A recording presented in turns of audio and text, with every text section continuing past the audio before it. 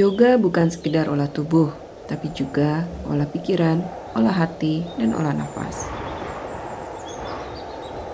Yoga bukan sekedar menggerakkan tubuh, juga bukan sekedar meditasi atau bernafas panjang dalam.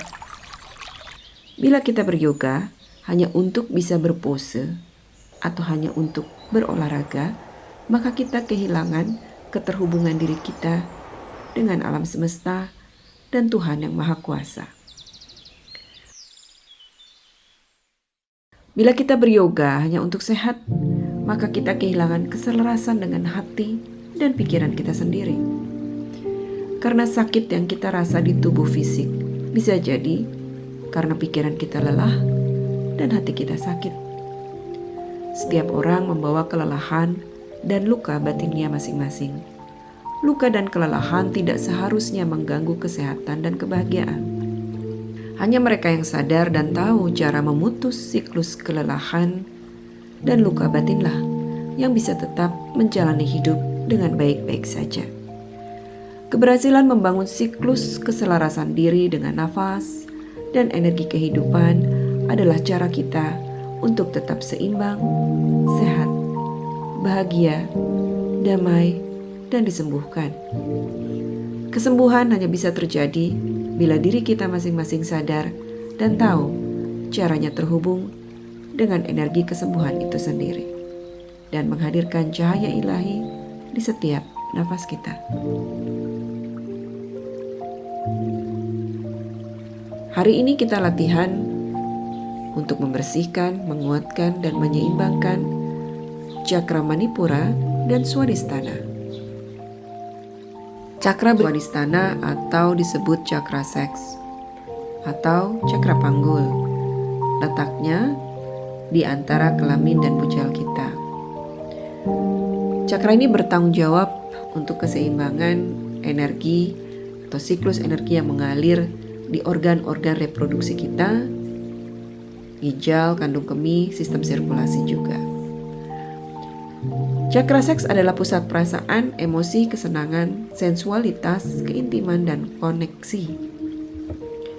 Cakra ini juga berkaitan erat dengan cakra tenggorokan yang berfungsi dalam penciptaan kreativitas atau ide.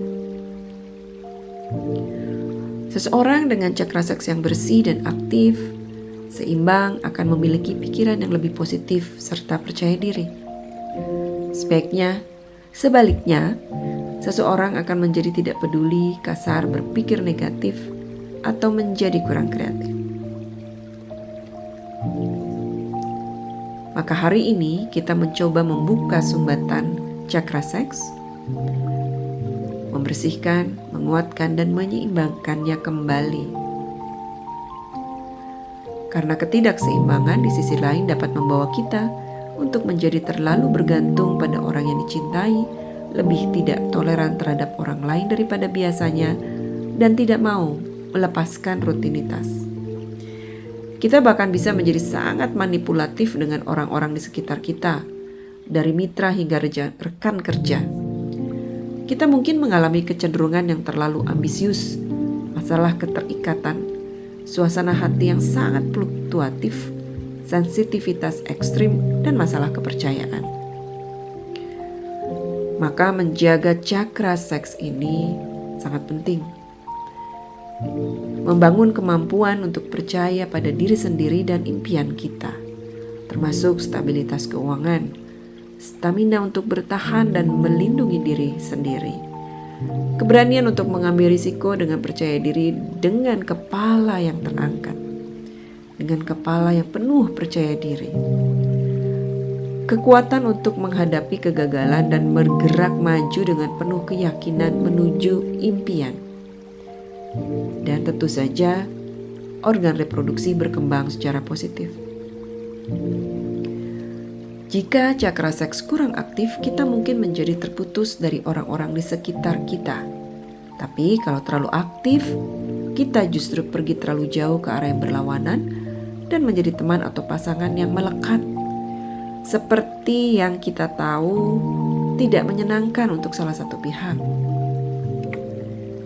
Ketidakseimbangan dalam Swadhisthana Chakra atau cakra seks ini dapat menyebabkan nyeri punggung bawah secara fisik, termasuk problem-problem di organ reproduksi, entah kista atau miom di ovarium, dan masalah kesehatan reproduksi lainnya yang berkaitan dengan reproduksi atau infeksi saluran kemih, atau komplikasi dengan kandung kemih dan ginjal, atau masalah seksual secara umum.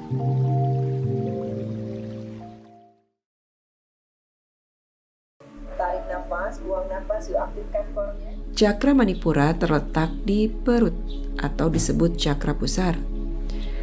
Cakra ini bertanggung jawab terhadap siklus energi yang mengalir ke sistem pencernaan, termasuk otot perut dan pinggang, termasuk punggung tengah. Fungsi dari cakra tersebut adalah bertanggung jawab terhadap pertumbuhan, penyembuhan, menerima dan mengeluarkan energi, tenaga bagi kemauan, juga tenaga personal.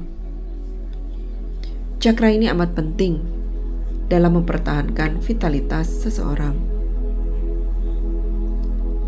Cakra pusar letaknya ada di bujal, berkaitan erat dengan sifat-sifat yang membawa kecenderungan seperti iri hati, rasa malu, tidak puas, murung, benci, takut, kekurangan rasa aman. Seseorang dengan cakra pusar atau perut yang berkembang dan bersih, seimbang, maka akan dapat mengatasi hal-hal yang disebutkan di atas dan mengubahnya menjadi sesuatu yang positif. Rasa nyaman, aman, puas, gembira, dan percaya diri.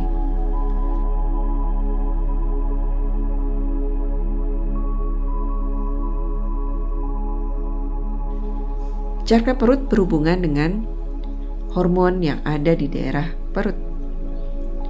Salah satunya adalah adrenalin.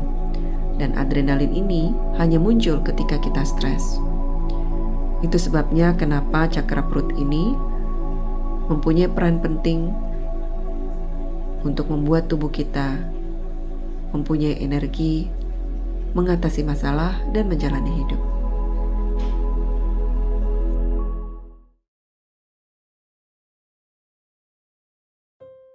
Beban hidup, luka hati dari pengalaman masa lalu dengan mudah terekam dalam memori, memunculkan perilaku atau kebiasaan di bawah sadar yang membuat diri tidak seimbang, tidak bugar, dan jatuh sakit.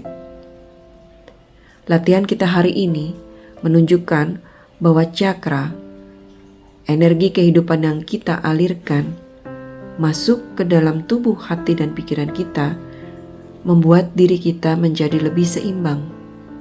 Pertama, bersih. Tahap berikutnya adalah dikuatkan. Tahap berikutnya adalah diseimbangkan. Dan ini proses yang membuktikan bahwa sakit di tubuh fisik bisa jadi bukan persoalan fisik semata, tapi persoalan yang lebih dalam lagi yang muncul di luka lama, di beban hidup yang tidak pernah dibersihkan, dikuatkan, diberikan energi, dan diseimbangkan kembali. Ada 6 rahasia membiarkan hati bicara. 1. Tidak menganalisa dan tidak menghakimi.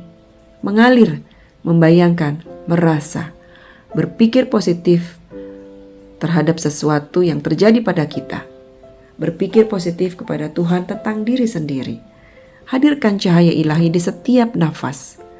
Lalu selaraskan nafas dengan pikiran, hati, dan tubuh kita dalam gerak yang selaras.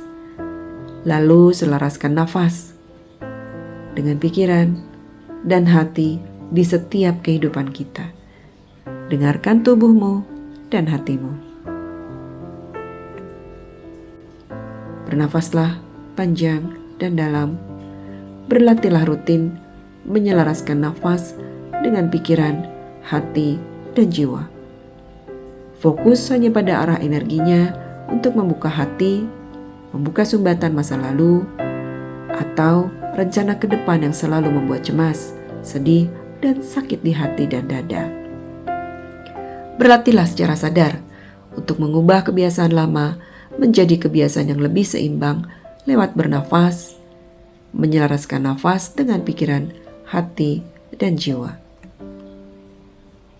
Bangunlah kepercayaan terhadap kekuatan energi menyembuhkan mandiri.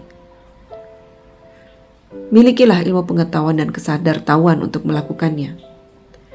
Mengetahui rahasia keberhasilan mengarahkan pikiran untuk menyeimbangkan dan menyembuhkan sakit otot sampai sakit yang berat, termasuk problem di pikiran dan hati.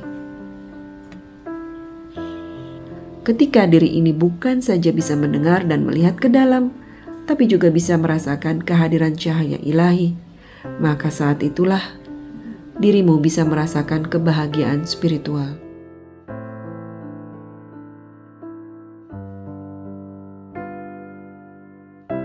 Ketika hatimu terbuka, maka saat itulah hatimu bisa bicara.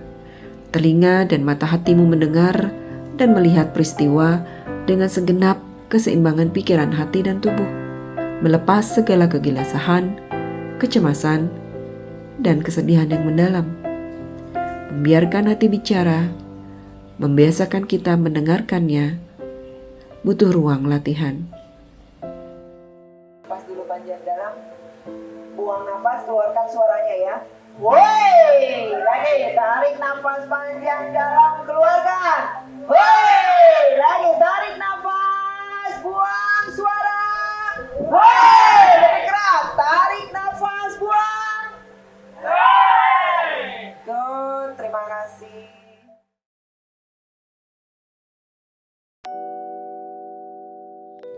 Bincang-bincang adalah akhir dari kegiatan yoga sebulan sekali di Salse.